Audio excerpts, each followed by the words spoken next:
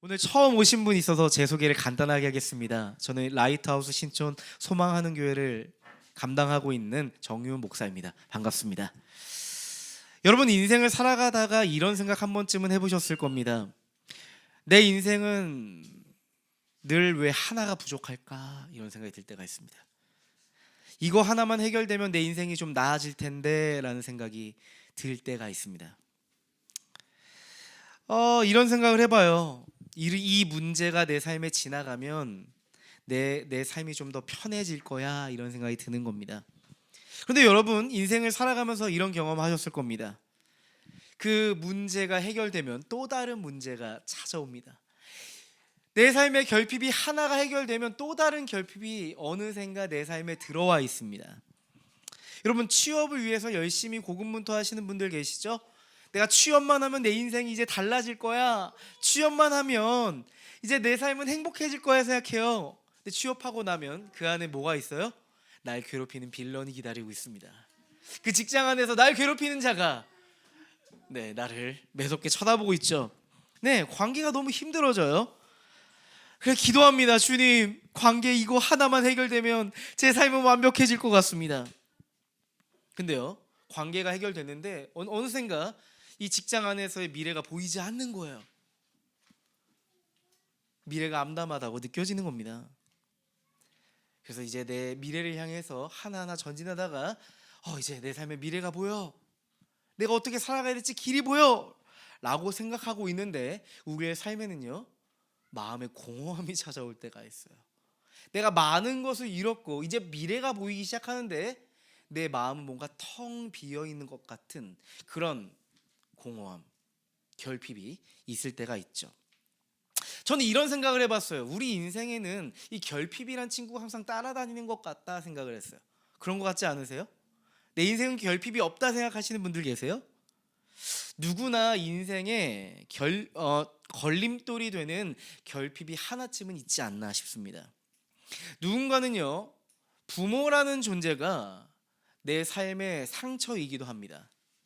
누군가는요, 자녀가 아픈 손가락이기도 합니다. 누군가는요, 학벌 때문에 평생 열등감을 갖고 살아가기도 합니다. 누군가는 돈 때문에 끊임없이 타인과 나를 비교하면서 쟤는 저걸 가져오는데 난 이걸 갖지 못했다고 한탄하며 살아가기도 합니다. 사실 겉으로 보면 사람이라는 게 다 괜찮아 보여요. 예쁜 옷 입고 멋진 옷 입고 머리 예쁘게 하고 화장하고 자신감 있게 다니면 아무 문제 없어 보이지만, 그런데 조금만 깊이 우리의 내면을 들여다보세요. 여러분 어떠신가요? 여러분의 내면은 어떠신가요? 그 우리의 깊이 심연 안에 있는 우리의 어떠함을 보면 거기 안에는 우리의 결핍이 있어요. 하나씩은 있어요. 저는 이런 생각이 들었습니다. 어쩌면 사람이란 존재는, 인간은 이 결핍이란 것을 완전히 해결하기 위해서 살아가는 존재가 아니라 필연적인 인생의 결핍 속에서 우리는 어떻게 살아갈 것인가, 방향을 선택하는 존재가 우리 인간의 존재가 아닐까요? 어쩌면 결핍을 완전히 없애는 건 허황된 생각이 아닐까, 이런 생각이 들지 않으세요? 항상 우리의 인생의 결핍이라는 건 우리에게 따라다니는데 그 결핍 속에서 우리가 어떻게 살아갈 것인가, 그 방향을 선택하는 것이 현명한 길이 아닐까, 이런 생각이 드는 거죠. 왜요? 결핍은 사라지지 않지만 결핍에서의 태도는 우리가 결정할 수 있으니까요. 여러분에게 질문 드리고 싶습니다. 지금 여러분의 인생에는 어떤 결핍이 존재하고 있나요? 한번 이 시간 생각해 보시겠어요? 지금 여러분의 인생에, 여러분의 마음 그 깊은 심연에 어떤 결핍이 존재하고 있을까요? 한번 이 시간 생각해 보는 시간 됐으면 좋겠습니다. 오늘은 결핍을 안고 살아가는 이들에게 주시는 하나님의 메시지입니다. 여러분 잘 아실 겁니다. 아브라함의 가족에게는 한 가지 반복되는 결핍이 있었습니다. 어떤 결핍이었죠? 바로 불임이었습니다. 자녀를 갖지 못하는 결핍이었어요. 25장 21절 말씀 보시면요, 이삭은 자기 아내가 임신하지 못함으로라고 써 있습니다. 여러분 잘 아시는 것처럼 이삭의 엄마 사라도 임신하지 못했습니다. 이삭은 정말 늦은 나이에 갖고 낳았던 아들이었잖아요. 그런데 이상하게도 이삭의 아내 리브가 역시 임신하지 못했대요.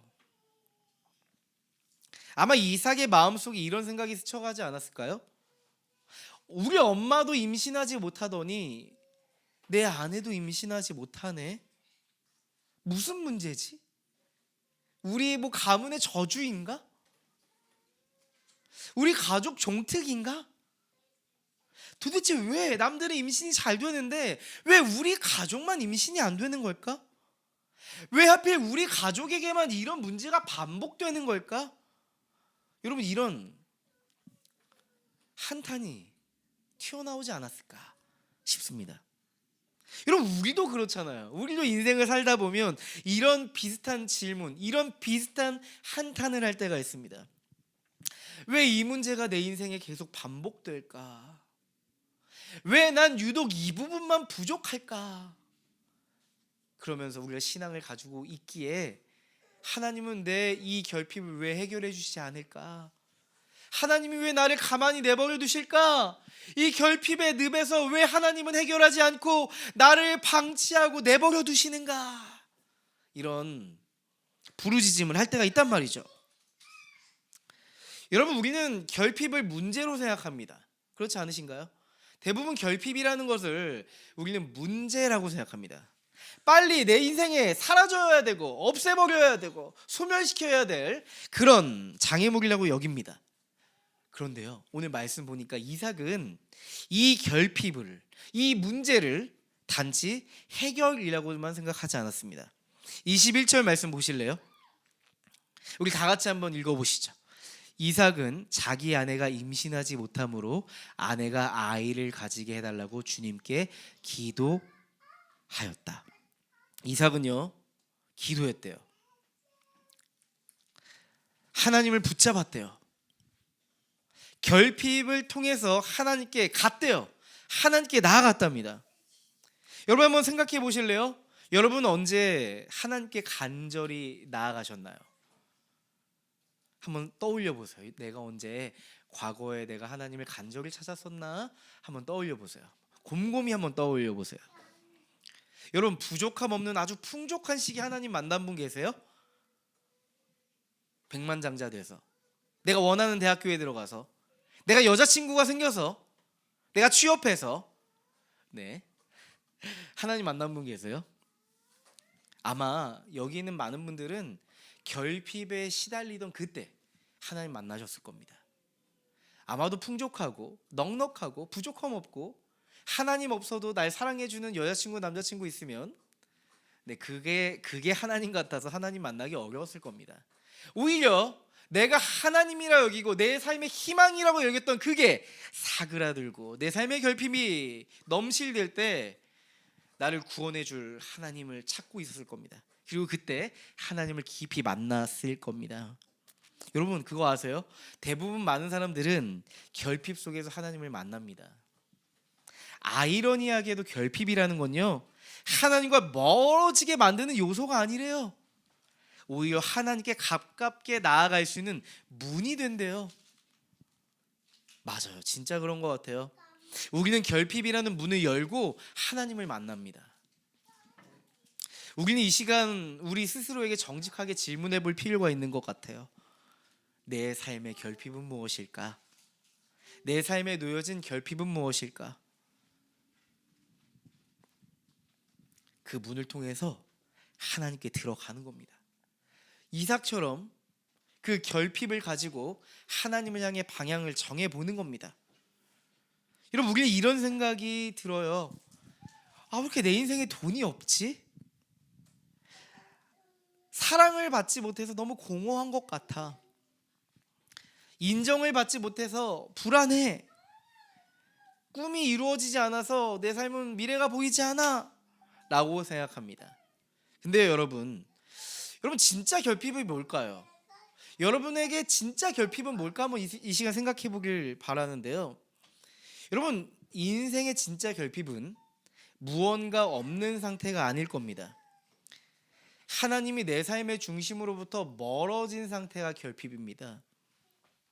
하나님이 우리 인생에 결핍되었을 때 우리는 인생에서 결핍감을 느낍니다. 여러분, 아마 이 자리에는 거의 하나님을 인격적으로 만나보신 분들이 많을 것 같은데, 여러분이 인생에 결핍이 있을 때 하나님이 나의 인생에 다가오셔서 만나는 경험을 하셨고, 그때 여러분이 그 후에 느꼈던 감정은 충만함의 경험입니다. 내가 이제 살아볼 수 있을 것 같다. 내가 지금 결핍에 놓인 현실에 있지만 하나님이 나와 함께 하신다면 내가 해볼 수 있으리라고 하는 충만함을 경험하면서 우리의 인생을 살아갔을 겁니다. 여러분, 결핍으로 고통받던 이삭의 가정에 하나님이 아이를 주십니다. 그것도 쌍둥이를 주셨대요.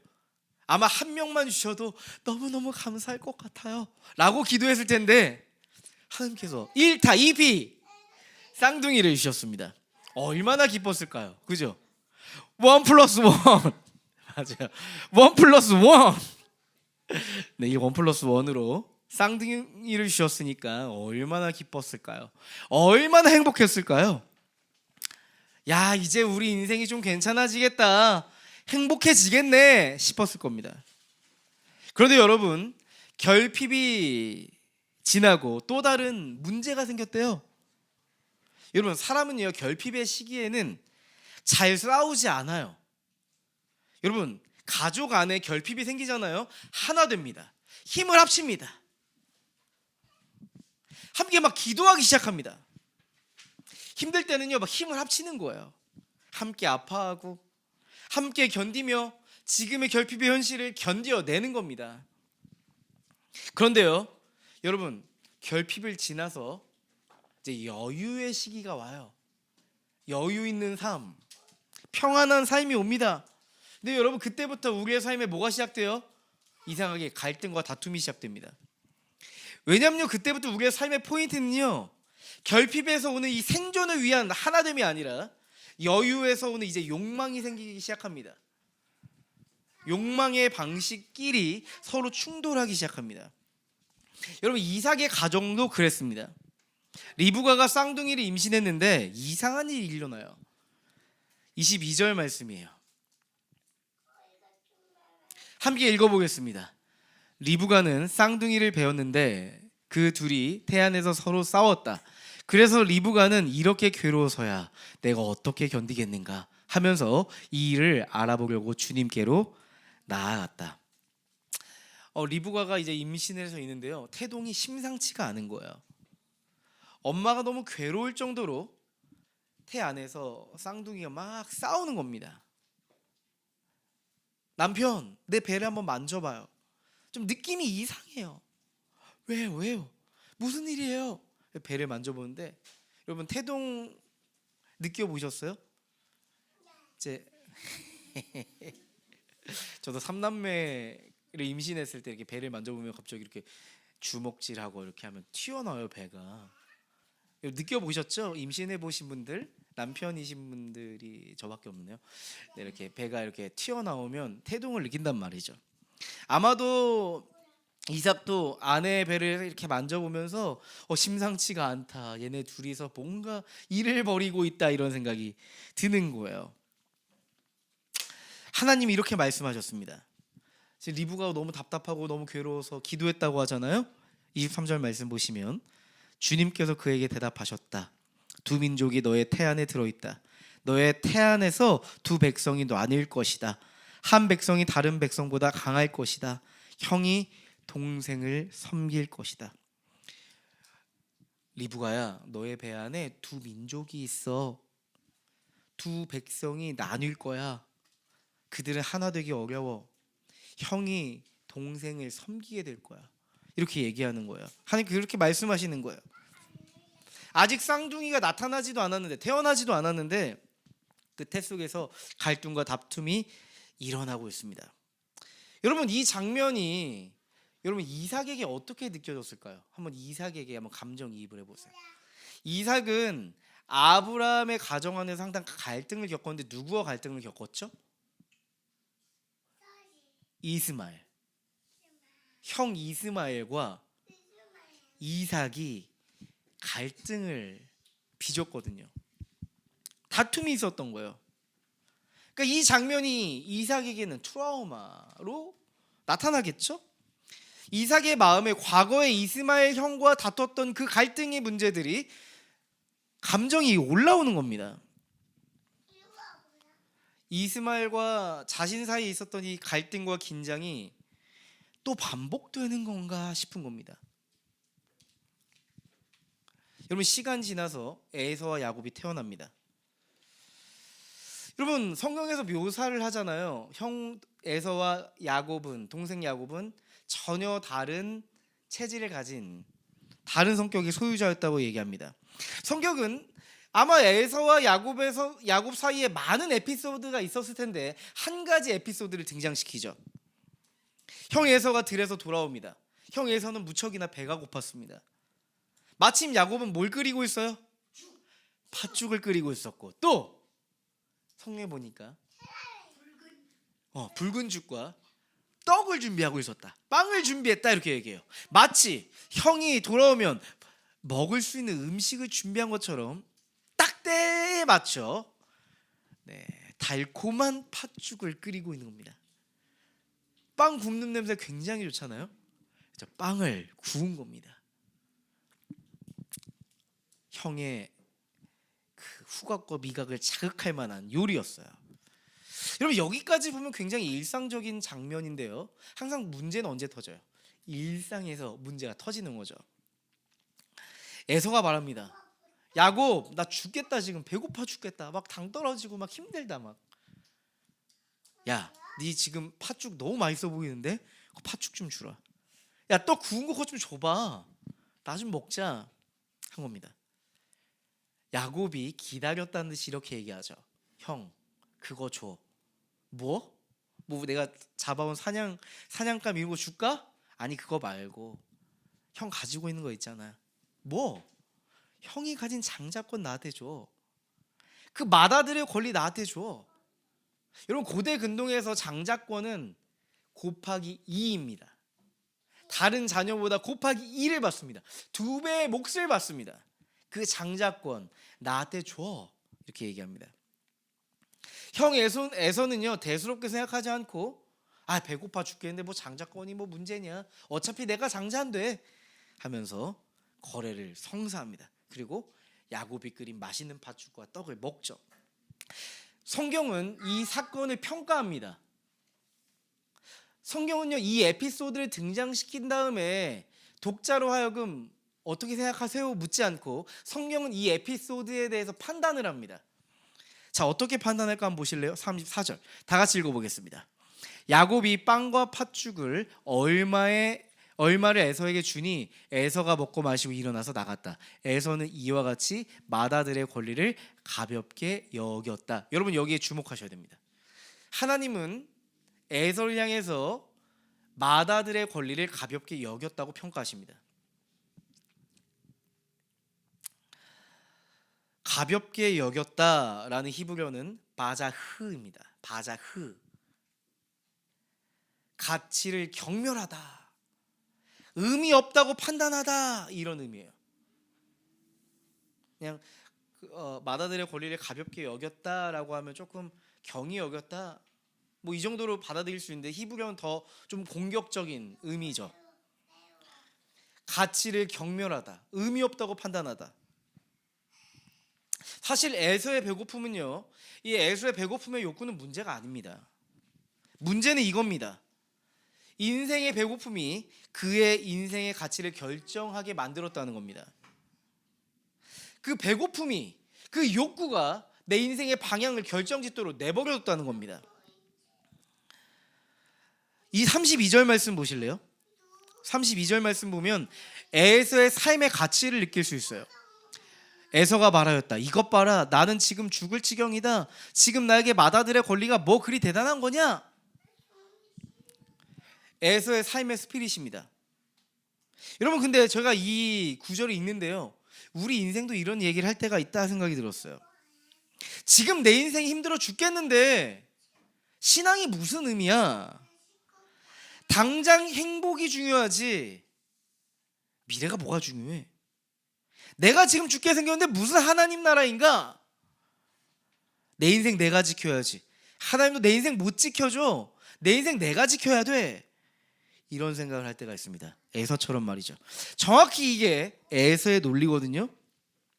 여러분, 그럼 한번 야곱의 관점에서 한번 보실래요? 야곱은 아마도 치밀하게 계획했던 것 같습니다. 형이 사냥을 나갔고 항상 사냥을 다녀오면 배고파 있고 허기져 있고 막 정신없이 막 음식을 먹었던 형을 생각하면서 내가 지금 팥죽과 떡을 만들어 놓고 유리한 상황을 확보해 놨던 것 같습니다. 야곱은 어떤 방법으로든 장자권을 갖고 싶었던 것 같습니다. 스스로 이 장자권이라는 걸 확보하기 위해서 치밀하게 계획했습니다. 어떻게든 그 장자권을 붙잡으려고 하고 있죠. 지금 이 상황을 가족관계라는 이 상황을 통제하려고 하고 있습니다. 근데 여러분 아까 하나님이 이 리브가의 태안에서 노는 이 쌍둥이를 향해서 이미 예고하신 말씀이 있습니다. 언약의 말씀이 있습니다. 형이 동생을 섬길 것이다. 아마 리브가는 야곱에 그 얘기를 해줬을 거예요. 성경에 보면요, 이삭은 사냥을 좋아하는 에서를 사랑했고 리브가는 야곱을 사랑했다라고 하는 이 가족의 역동을 표현해 줍니다. 아버지 이삭은 에서를 사랑했고 엄마 리브가는 야곱을 사랑하는 이 가족의 역동이 있었다 이렇게 얘기합니다. 아마 리브가는 이렇게 얘기했을 겁니다. 야곱이랑 이렇게 둘이 있을 때 야곱 너가 둘째지만 하나님께서 나에게 이렇게 말씀하셨어. 네 형이 너를 섬기게 될 것이라고. 나도 지금 이해가 되지 않는데 하나님이 그렇게 말씀하셨다? 너 항상 그거 기억하면서 살아? 하나님이 너 인생 책임지실 거야? 이렇게 얘기를 하셨을 거예요. 근데 아마도 야곱은 그 얘기를 들으면서 별로 대수롭게 생각하지 않았던 것 같습니다. 진짜 하나님 말씀대로 될까? 형이 장자인데 왜 내가 형처럼 돼? 내가 하나님의 말씀대로 장자권 갖지 못하면 어떡하지? 싶었던 겁니다. 여러분 두 사람을 보세요. 정말 다르죠. 에서는 하나님을 가볍게 여겼습니다. 야곱은요 하나님보다 앞서갑니다. 에서는 하나님을 가볍게 여겼지만 야곱은요 하나님보다 훨씬 더 앞서서 갑니다. 하나님이 주시겠다고 했는데 그 주시는 꼴을 못 보고 내가 먼저 그 장자권을 확보하려고 듭니다. 여러분 겉으로는 이 에서와 야곱이 다르게 보이지만 본질적으로는요 사실 동일한 문제를 가지고 있다는 것 아시겠어요? 결핍을 대하는 태도가 두 사람에게 문제가 있습니다. 보시죠. 에서는요 배고픔이라고 하는 이 결핍을 해결하기 위해서 장자권을 팔아먹었습니다. 잘못 써있네요. 야곱은 장자권이 없는 결핍을 해결하기 위해서 하나님을 신뢰하는 걸 포기해버렸습니다. 에서는요 배고픔이라고 하는 결핍을 해결하기 위해서 장자권을 팔아먹었죠. 야곱은 장자권이 없는 이 결핍을 해결하기 위해서 하나님을 신뢰하는 것을 포기해버렸습니다. 하나님의 말씀을 포기해버렸습니다. 여러분 야곱과 에서는 인생의 결핍에서 전혀 다른 방식으로 살아갑니다. 제가 이렇게 이 창세기 25장을 읽는데 심리 상담사의 눈으로 본 야곱과 에서 이들의 심리를 한번 분석해 봐야겠다 생각했습니다. 이들의 기질과 성격 유형을 내가 한번 검사해 봐야겠다 생각했습니다. 먼저 야곱입니다. 만약 야곱이 MMPI-2와 TCI와 SCT와 HTTP, KFD를 했다면 아마 이렇게 나왔을 겁니다. 굉장히 불안이 높게 나왔을 겁니다. 여러분 야곱은 겉으로 보면 욕심 많은 사람처럼 보이죠. 계속 뭔가 빼앗으려고 하고 확보하려고 하고 자기가 유리한 쪽으로 뭔가를 가져오려고 합니다. 하나님은 분명 말씀하셨잖아요. 형이 동생을 섬길 것이다. 야곱은 이미 선택받은 사람이잖아요. 근데 야곱은 어때요? 가만히 있질 못해요. 야곱은 사실 하나님이라는 것은 그 고대 근동 아브라함 가문에서 가장 최고 권력자예요. 하나님이 신적 존재예요. 신적 존재가 나에게 말씀하셨다는 건 최고 권위를 갖는 겁니다.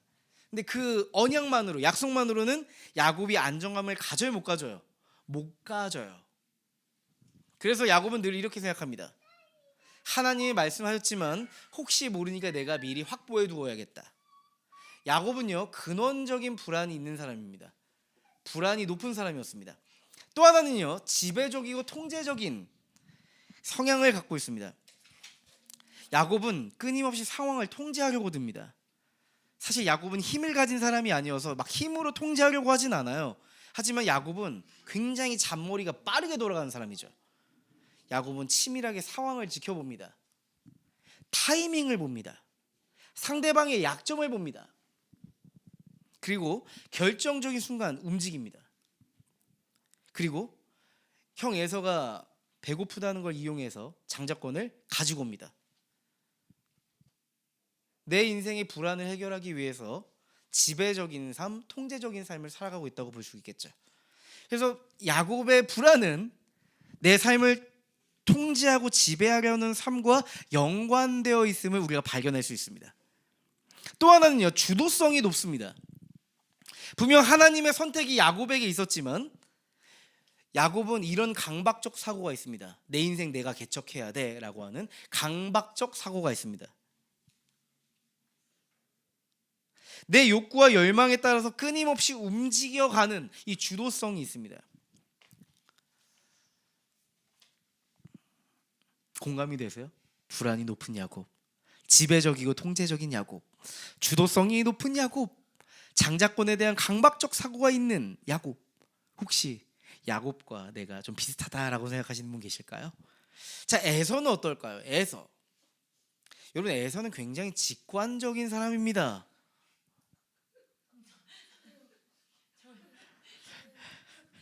배고프면 먹어야 되고, 힘들면 아빠 힘들어 라고 얘기해야 되고, 좋으면 좋다 하고 싫으면 싫다고 하는 아름이. 네. 무척이나 거짓 없는 이 꾸밈 없는 솔직함을 가진 게 에서예요. 맞아요. 또 한 가지는요, 충동성이 높습니다. 충동성. 여러분, 사람이 어떤 감정이 들었을 때 바로 행동으로 연결되는 사람이 있고, 어떤 감정이 들어도 숨기고 행동하지 않는 사람이 있습니다. 내가 어떤 불쾌한 감정이 들었을 때 행동으로 그 불쾌함이 튀어나온 사람이 있고, 내 안에 불쾌한 감정이 들었을 때 오히려 그 반대의 행동을 하는 사람이 있습니다. 그 불쾌함의 감정이 들키지 않으려고. 에서는 어떤 사람이에요? 감정과 행동이 되게 붙어있는 사람이에요. 불쾌하면 바로 불쾌한 행동을 하는. 야곱은요, 교활하지만 겉으로는 형, 내가 형을 위해서 팥죽과 빵을 준비했어 이렇게 얘기하는 거죠. 한 먹어봐 이렇게 얘기하는 거죠. 그러니까요, 내가 지금 배고파 죽겠으니까 바로 행동하는 겁니다. 내가 힘드니까 바로 장자권 포기해버리는 겁니다. 여러분, 에서에게 인생에 있어서 중요한 가치는 현재예요, 미래예요? 현재. 야곱은 미래. 그렇죠. 빠르신데요. 네, 에서의 욕구는 미래적 가치보다 현재의 욕구에 끌리는 거예요, 본능적으로. 그러니까 에서는요, 스트레스 상황에서 충동적인 선택을 하는 겁니다. 스트레스 상황에서 충동적인, 이 배고픔이라는 게 스트레스잖아요. 이 스트레스 상황에서 충동적인 선택을 할 가능성이 많다라고 볼 수 있겠죠. 자, 또 한 가지 인정 욕구가 있습니다. 여기 성경에 잘 보면요, 아버지는 사냥을 좋아했고 에서는 사냥을 잘했다고 나오고, 그래서 아버지 이삭은 에서를 사랑했다고 얘기합니다.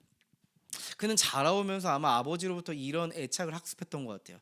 내가 잘해야 칭찬받을 수 있고 인정받을 수 있구나. 이건 굉장히 에서에게 중요한 정체성이었던 것 같아요. 그는 끊임없이 자신의 성과로서 자신을 증명하는 삶에 익숙한 사람이었던 것 같아요. 그러니까 조건적인 애착에 익숙했던 거죠. 무조건적 애착이 아니라 조건적 애착에 익숙했던 거죠. 그래서 다음 주에 한번 살펴볼 말씀일 것 같은데, 이삭이 아빠가 에서에게 어느 날 이렇게 얘기합니다. 이삭아, 나를 위해서 사냥해서 음식을 가져다오.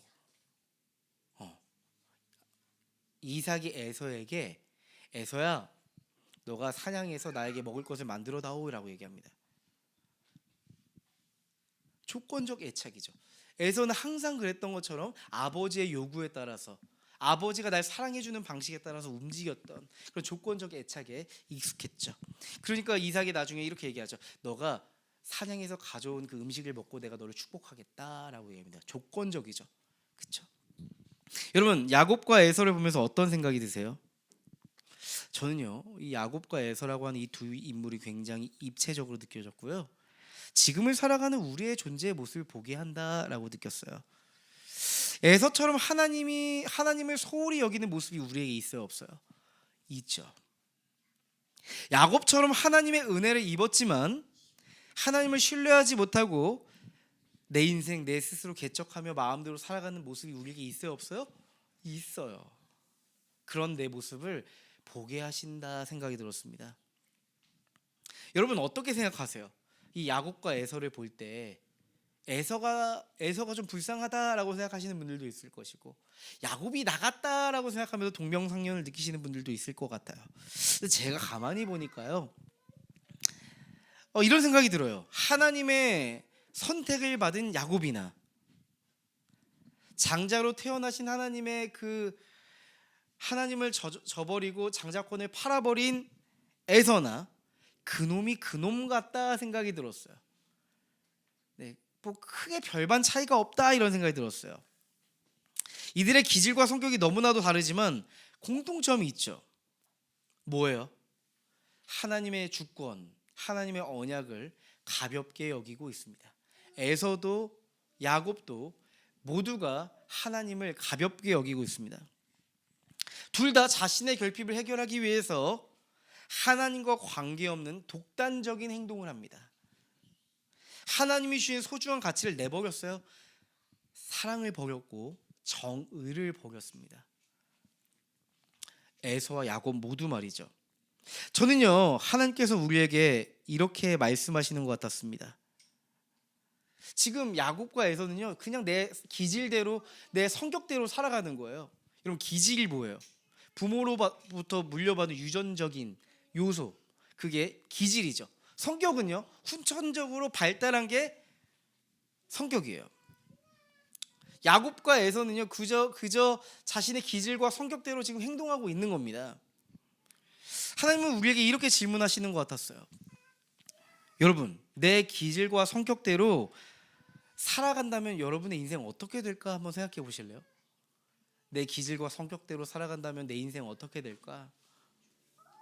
내 기질과 성격대로 신앙생활하면 그 신앙 어떻게 될까?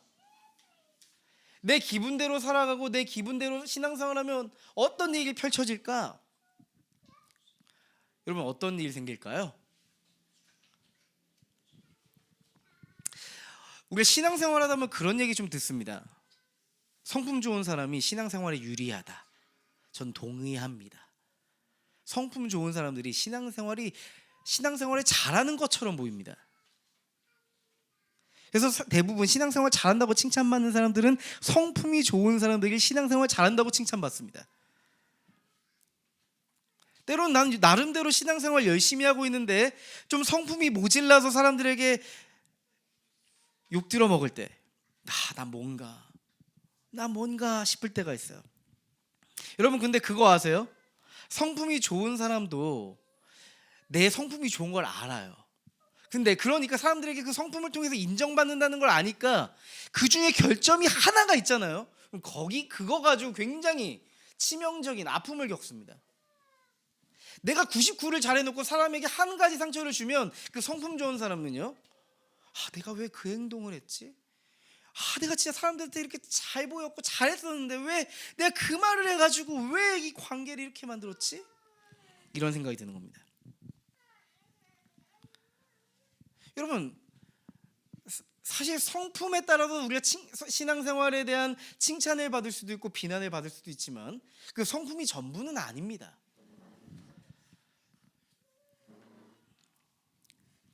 여러분, 우리의 기분을 한번 생각해 보시죠. 아마 이 중에서는 기분이 좀 들쭉날쭉하신 분들도 있고 기분이 좀 이렇게 쭉 가는, 이렇게 잘 유지되시는 분들도 있을 겁니다. 근데 혹시 내 기분이 너무 들쭉날쭉해서 힘들 때가 있지 않으세요? 내 기분이 태도로 그대로 드러나서 힘들다고 느껴질 때가 있지 않으세요? 내 기분이, 내 감정이 얼굴 표정이 그대로 드러날 때 좀 내가 불편하다고 느껴질 때가 있어요. 난 좀 감추고 싶은데 이게 그대로 고스란히 드러나서 불편감을 느낄 때가 있습니다. 사실 내 기분이 태도가 돼서는 안 된다는 거 우리가 잘 알고 있지만 그것을 감추기가 어려울 때가 있죠. 여러분, 우리의 태도, 사실 우리의 감정과 이 태도에 대해서 우리가 한번 좀 생각해 볼 필요가 있을 것 같아요.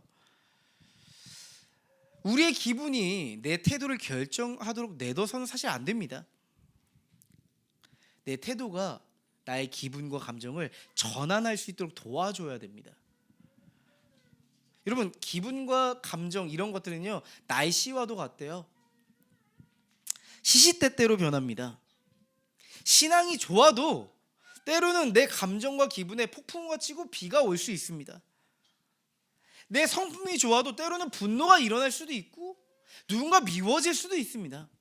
지극히 자연스러운 현상입니다. 사실 부정적인 기분이 들고 부정적인 감정이 드는 게 문제가 아닙니다. 내 기분에, 내 감정에 비가 내리면 여러분 어떻게 하겠어요? 우산 써야죠. 그렇죠? 적절한 반응, 적절한 태도가 필요해요. 여러분, 해가 막 뜨겁게 이제 찔 겁니다. 여름이 되면. 그럼 여러분 아침에 어떻게 해야 돼요? 시원하게 옷 입어야죠. 반팔 입고, 반바지 입고, 샌들 신고 와야죠. 또 양산 쓰고, 선크림 바르고, 그쵸? 이렇게 내 감정과 정서에 대해서, 내 기분에 대해서 적절한 행동, 적절한 태도가 필요하겠죠. 근데요, 많은 사람들이 인생의 분주함 속에서 어떠한 내 기분, 내 어떤 감정이 찾아왔을 때 무시하고 방치해버립니다. 내 인생의 기분에 내 감정에 비가 막 와요. 우산을 써줘야 되는데 우산 쓰지 않고 그냥 감기에 걸리도록 그냥 그 비를 다 맞습니다. 그 감정의 비를 다 맞아버립니다. 해가 막 뜨거워요. 내 감정에 해가 막 뜨거워요. 막 다 죽을 것 같아요. 근데 그 뜨거운 태양 아래서 나를 방치합니다.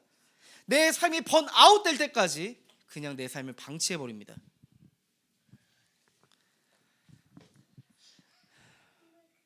내 감정과 기분에 대한 이 반응, 이 태도는 기분의 악조건 속에서도 나를 지킬 수 있습니다. 여러분, 우리의 태도를 바꾸는 힘이 어디 있을까 한번 생각해 봐야 될 것 같아요. 성경을 보면 그것에 대해서 얘기하고 있어요. 빌립보서 4장 6절과 7절 말씀입니다. 우리 한번 다 같이 읽어보도록 하겠습니다. 시작.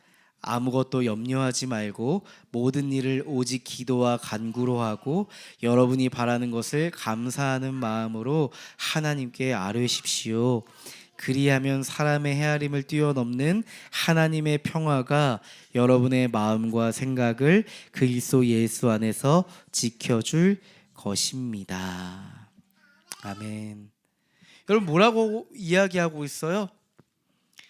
당신 안에 어떠한 감정, 어떠한 정서, 어떠한 기분이 딱 찾아왔을 때 그 모든 것을 하나님께 가지고 나가라고 얘기하고 있습니다. 모든 일을, 당신의 감정을, 당신의 정서를, 당신의 기분을 하나님께 가지고 가십시오. 부정적인 정서가 찾아왔을 때 막 염려하고 두려워하지 말고 하나님께 가지고 나가십시오. 이건 기도한다는 건 하나님께 가는 거잖아요. 지금 내 존재에 머물러 있지 않고 하나님의 존재로 튀어나간다는 거잖아요. 삶의 방향을 바꾸라는 거잖아요. 그쵸? 그리고 감사하는 마음으로 하나님께 아뢰래요. 이야기하래요. 그때 어떤 일이 일어난대요? 사람의 헤아림을 뛰어넘는 하나님의 평화가 당신의 마음과 생각을 지켜줄 거래요. 그리스도 예수 안에서. 여러분, 야곱이 이 사실을 알았다면 이렇게 기도했을 겁니다. 한번 보실래요? 제가 야곱의 마음에 좀 감정이입을 해서 야곱이 이 말씀을 알았다면 어떻게 했을까 이렇게 생각해 봤어요. 제가 읽어드릴게요. 하나님이 저를 선택하셨지만 저는 여전히 형의 장자권이 탐납니다. 내 손으로 형의 장자권을 빼앗아 오는 게 하나님이 원하시는 게 아니라는 걸 알면서도 제 안에 그걸 갖고 싶은 욕망이 있어요. 그 욕망에 제가 사로잡혀 있습니다. 하나님, 그런데 제가 인정합니다. 제 삶은 장자권에 있지 않습니다. 하나님의 그 부르신 은혜에 있습니다. 하나님, 제가 제 욕망을 바꾸어서 하나님의 소망을 의지하며 살겠습니다. 야곱이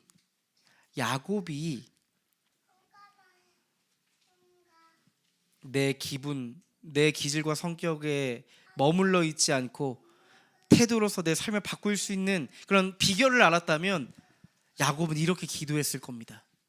여러분, 어떻게 기도하고 계세요? 여러분의 기분을 어떻게 전환하고 계세요? 여러분, 이런 기도가 우리의 삶에 필요합니다. 여러분, 다음 한번 보실까요? 여러분, 솔직한 기도는 우리의 삶의 태도를 바꾸는 힘이 됩니다.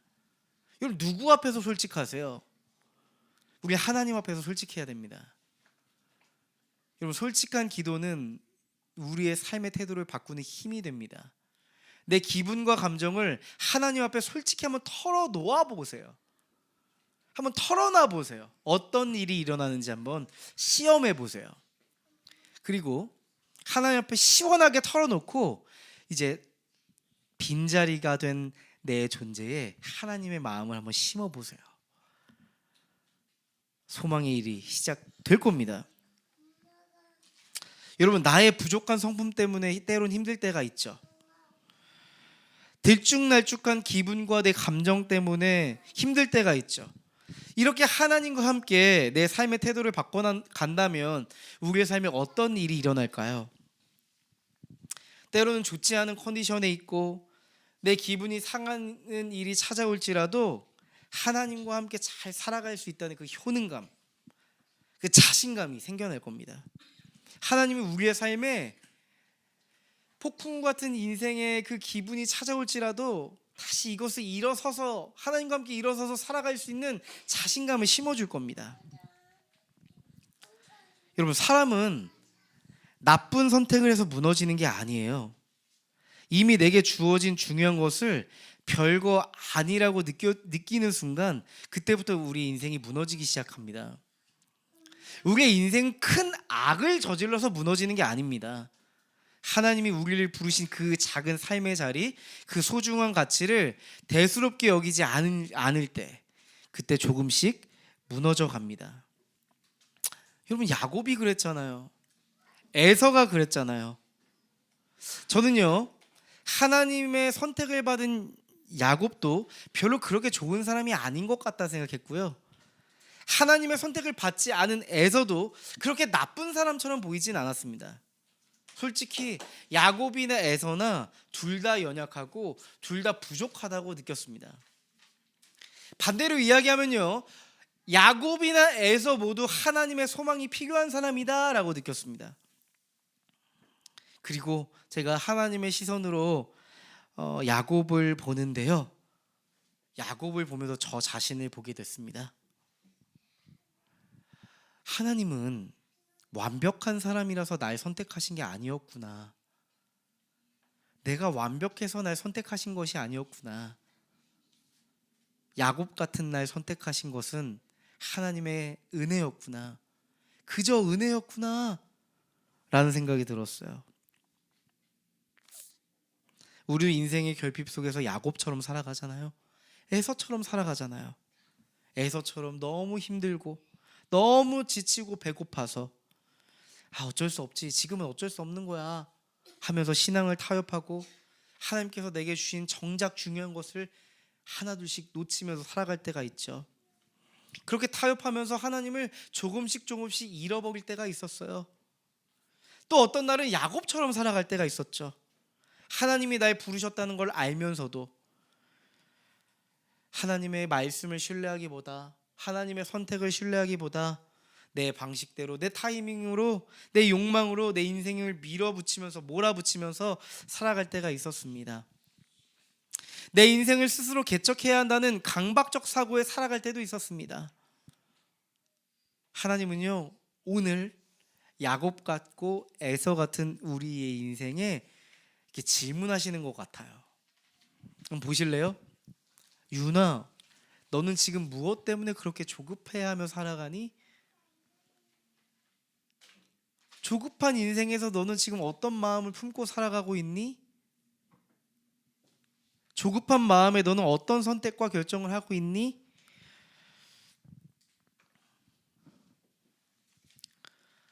나를 선택하신 하나님의 소망을 따라 너의 인생을 선택하고 결정하고 있니? 질문하시는 것 같아요. 여러분, 우리 인생의 문제는 어쩌면 여러분의 인생에 찾아온 결핍이 아닐지도 모릅니다.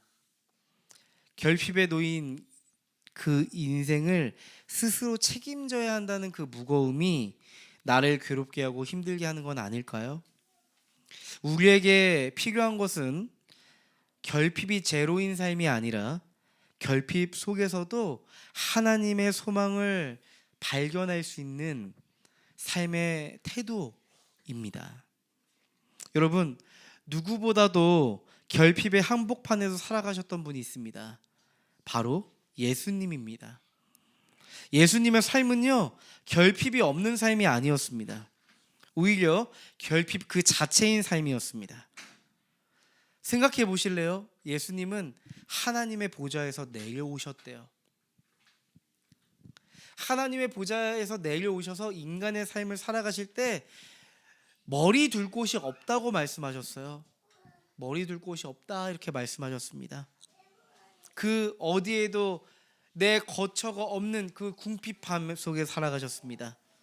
사랑하는 제자들이 다 떠나가는 그 관계의 결핍 속에서 살아가셨습니다. 그리고 결국 십자가 위에서 혼자 남겨지는 궁극적인 결핍에 놓이셨습니다. 왜 그랬을까요? 우리 인생의, 우리의 존재의 결핍을 완전하게 해결하기 위해서였습니다. 예수님은 말씀하셨습니다. 요한복음 10장 10절 말씀 보시면요, 이렇게 써 있죠. 나는 양들이 생명을 얻고 또 더 넘치게 얻게 하려고 왔다, 이렇게 말씀하셨습니다. 내가 너희에게 생명을 주기 위해 여기에 왔어. 근데 또 한 가지 목적이 있어. 결핍에 시달리는 너희의 인생에 충만을 허락하기 위해서 온 거야. 너희의 삶을 채우기 위해서 내가 온 거야. 다른 어떤 것으로도 채울 수 없는 인생의 허기를 내가 완전히 채우기 위해서, 넘치게 하기 위해서 내가 여기에 온 거야 라고 말씀하십니다. 맞습니다.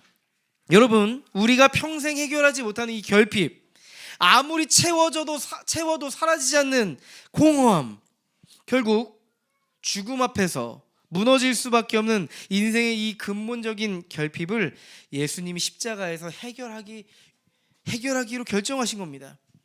여러분, 그래서 십자가는요, 단순한 희생이 아닙니다.